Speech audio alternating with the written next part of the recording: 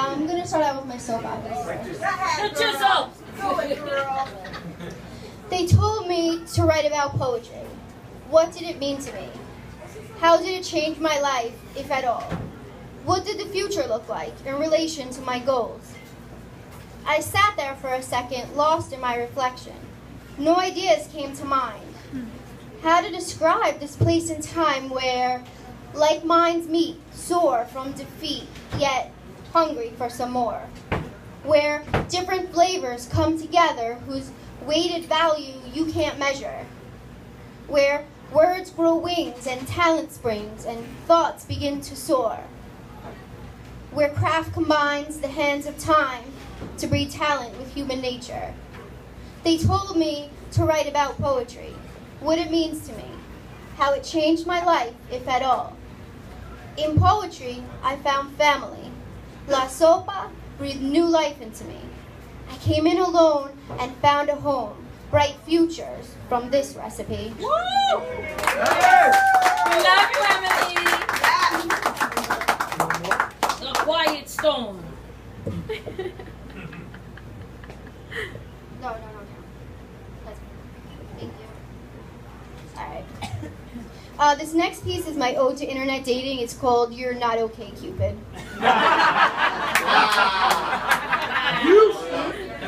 Mid-30s and single. Do I even want to mingle?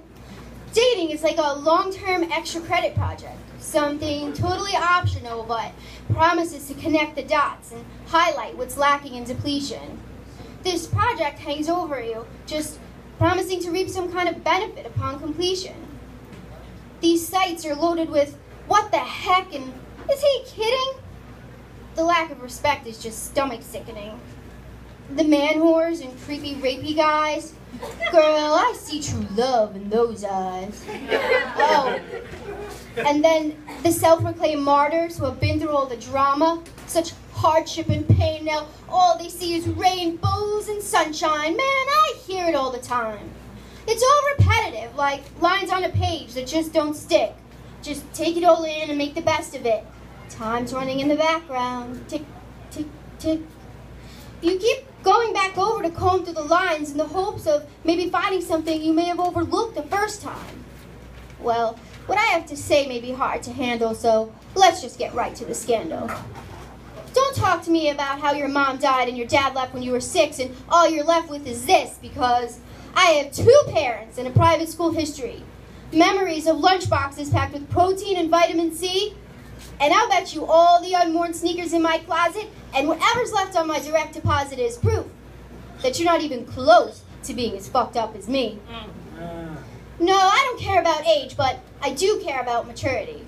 Because I've had more than enough life experience, and it's taken me past the stage of insecurity. I can tell you that there's monsters under my bed, and they'll eat you alive, and if that's not enough, they'll top it off with your mommy-made brown paper bag lunch of peanut butter and fluff. So put down your mattress, I'm calling your bluff. I see your Lego collection. It's not even up to snuff. You tell me I'm the woman of your dreams. Well, let me interrupt your REM cycle to tell you I'm onto your scheme. And your smooth talk won't buy you a ticket to sleep with me. I guess what I'm trying to say is I'm no teacher's pet. I'm still working on my extra credit. Motivated and determined with a heart that believes that one day I just might get it. Woo! Yeah!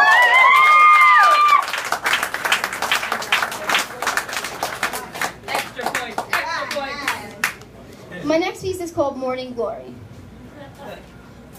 When I was growing up, my house had 2 stories, a white picket fence and a garden full of morning glories. Sounds ideal to a passerby. But if you asked me to paint you a picture, I'd tell you, hold on to your primaries. I only need the black and white. I know what you're thinking, standing on my sidewalk with your backpack full of pride. I'll give your preconceived notions a penny to run and hide if it meant that you would see that there's 2 sides to every story, and the grass is always greener on the other side. May I direct your attention to dinner table disputes of my early days, parents preaching of other races and their so-called unconventional ways. A mouthful of veggies from a plate filled with poise, all the silence in the world couldn't shield me from the noise. Butter my biscuits in resilience. Repeated remarks left marks and indentations too deep from all the blows. I dodged anger and frustration with a shield of imagination whose real power only a small child knows. No sign of a struggle behind closed doors. Oppression wears a universal color, especially when you're poor. And what's harder than being poor in private. Life's a stage and you're not in any of the acts, and what's worse than that? Waking up from serotonin-induced slumbers only to realize you never had a chance.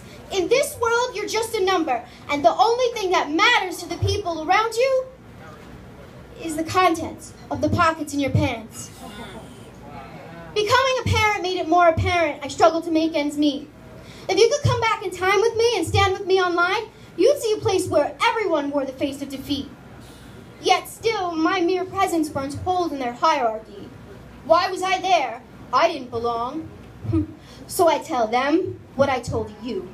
Stand on my sidewalk and tell me your stance. Tell me how my skin color had anything to do with me having a chance. I'll tell you a different story where, within my own race, I was a minority. Fake it till you make it. Try your best. Be like the rest. Unless you don't. We're all born from good intention, dipped in diligence and dried with devotion. But some of us are lucky enough to walk this earth and become self-aware and realize that our fates are in constant motion. Life is a series of decisions, and it's not about winning.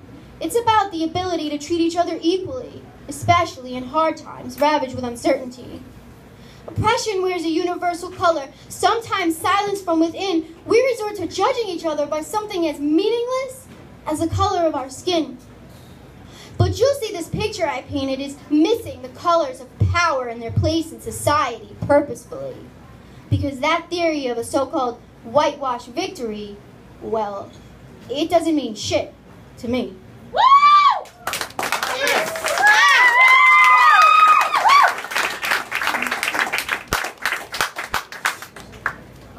My last piece is called My Library.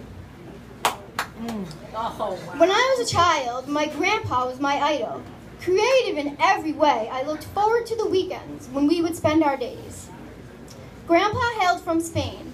Proud of his history and his ethnicity, he made sure he instilled this into me. He would say to me, "My child, we are living la vida. Our time here is short. Cherish each day. Don't waste your time on nonsense. Expand your mind with limitless knowledge. Follow your dreams, no matter where they take you, no matter how extreme." I was growing up fast in a world of opportunity when one day it came to me. I had fallen asleep in Giovanni's room for what felt like 100 years of solitude. Yes. When I awoke, the first thing that came to mind, I wanted to be a writer. I set out to follow my dream, heeding Grandpa's advice, reading every book I could find. I had no patience for the people in my classes, feeling like the masses were asses. On my way home from school one day, I walked down these mean streets and into the Latin Deli.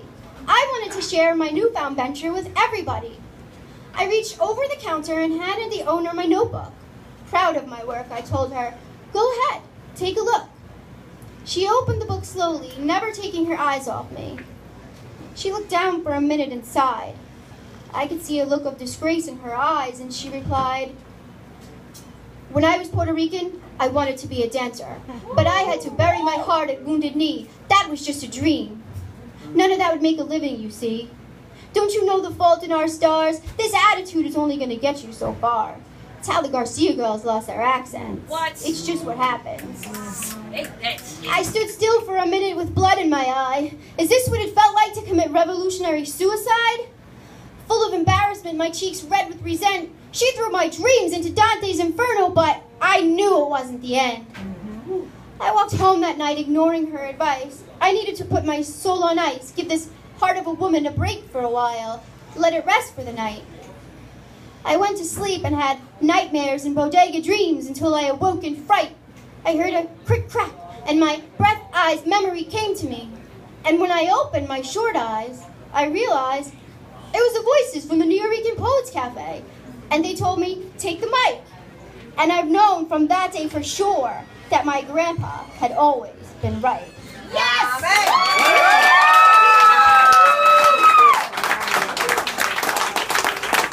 up for Emily, the Crying Storm. Come on!